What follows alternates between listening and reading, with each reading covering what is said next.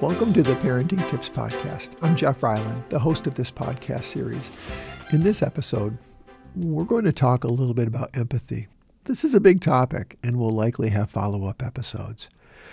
Have you ever heard the proverb, "Don't judge a man until you've walked a mile in his shoes"? While the meaning of these words have universal appeal, their origins have been attributed to a similar saying used by the Cherokee Nation.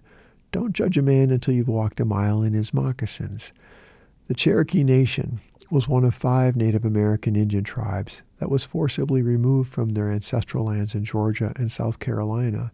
Generally, the southeastern part of this country in the 1820s, when gold was discovered there, they had to travel over 800 miles to Oklahoma, a place they had never seen.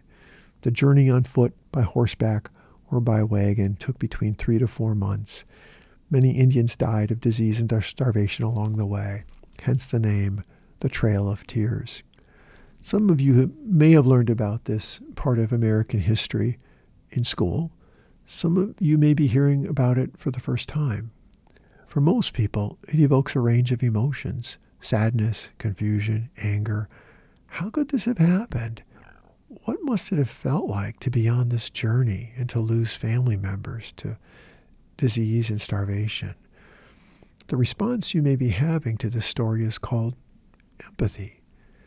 As we go through the topic of empathy in this episode, consider what tools might be helpful for you and for your child to continue to increase and strengthen their empathy for others.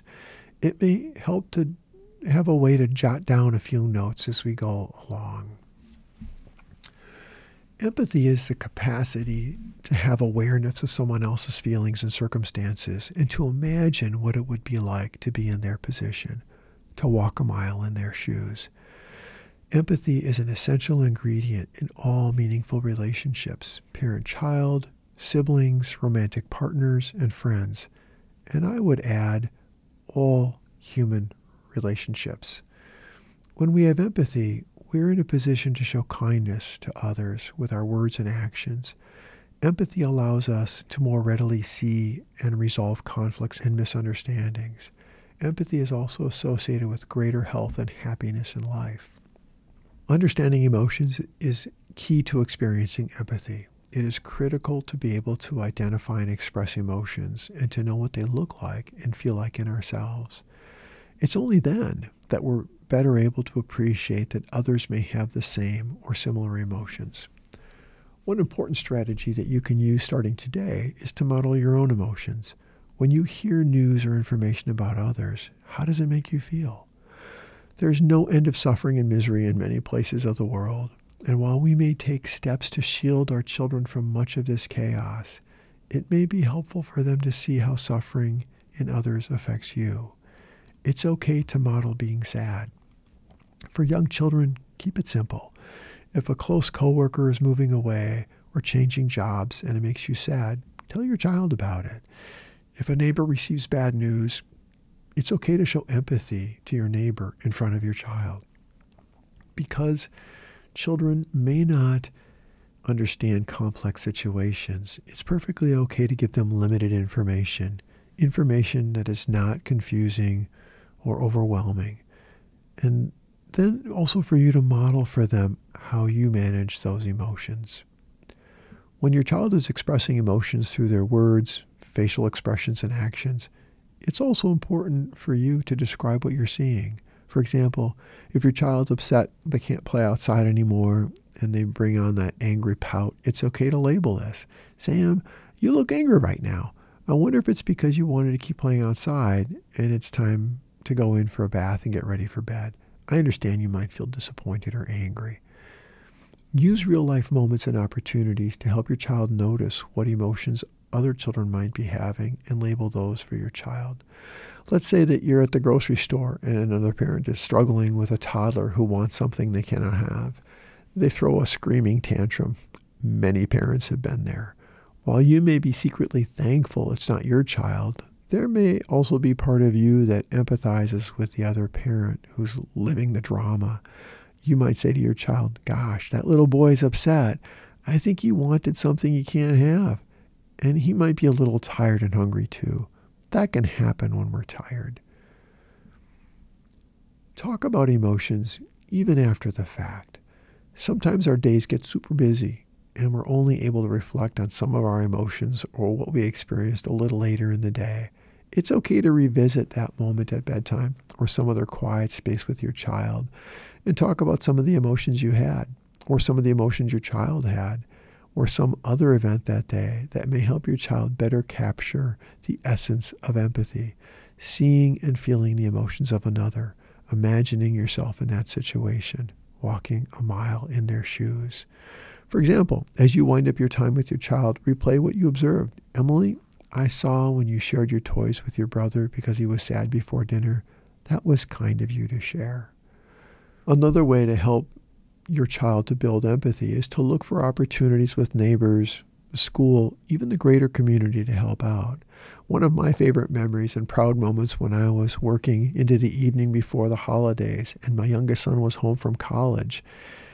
It had been snowing heavily and I was tired, not really looking forward to shoveling the snow. When I got home, I was pleasantly surprised to see that not only was our sidewalk shoveled, but so was our elderly neighbor's sidewalk. I asked Ben, "Did you shovel our sidewalk and the neighbors too?" He said, "Dad, we always do the neighbors." Look for opportunities to help out at neighborhood cleanup days, volunteering at school or church or community functions, or even show kindness by helping elderly people in the grocery store parking lot with their cart or lifting groceries into their vehicle. When you do something nice for others, how does it make you feel? How does it make your children feel and think about you as they watch? In addition to praising acts of kindness when you see them from your child, notice when they also show moments of empathy. If a sibling is sad and they attempt to comfort them, notice this. If you are sad and tired and your child recognizes this, they are on their way to developing empathy. However, just because they notice these emotions in others doesn't mean that they're responsible for or even capable of changing or fixing the situation. This can be a challenge when a parent or sibling struggles with an illness or circumstance that the child has no control over. Still, children want to help. Give them a task that can make the other person smile, such as coloring or drawing them a picture as a gift. Having conversations that invite kids to think about how they might feel if they win a game or lose a game, or if they drop an ice cream cone on the sidewalk. How would that make them feel? Or if they spill milk, or if they get called on in class and don't know the answer, or if they don't get picked for a team and some of their friends do, then flip the script and ask them how they think others might feel in those very same situations. Hopefully, your child would recognize that their feelings would be the same. Reading stories to children is a wonderful way to help them learn empathy. I can't say more positive things about this one tool for your parenting toolbox. As you and your child read together, your child is drawn into the story. They begin to relate to the characters in the story, and they start to better understand their own feelings and experiences. One of my favorites for school-age children is the classic Charlotte's Web by E.B. White. A newcomer to the books is Noah and His Wagon by Jerry Ruff. For younger children, it's about a boy whose wagon seems to pull a whole community of people together. And then there's Wilfred Gordon MacDonald Partridge, written by Mem Fox. It's about a boy who befriends an elderly woman at a nursing home and helps her find her memory through his acts of kindness. There are so many books that help children learn about empathy. The next time you go to the library, ask the librarian for recommendations about books for your child, or do a web search.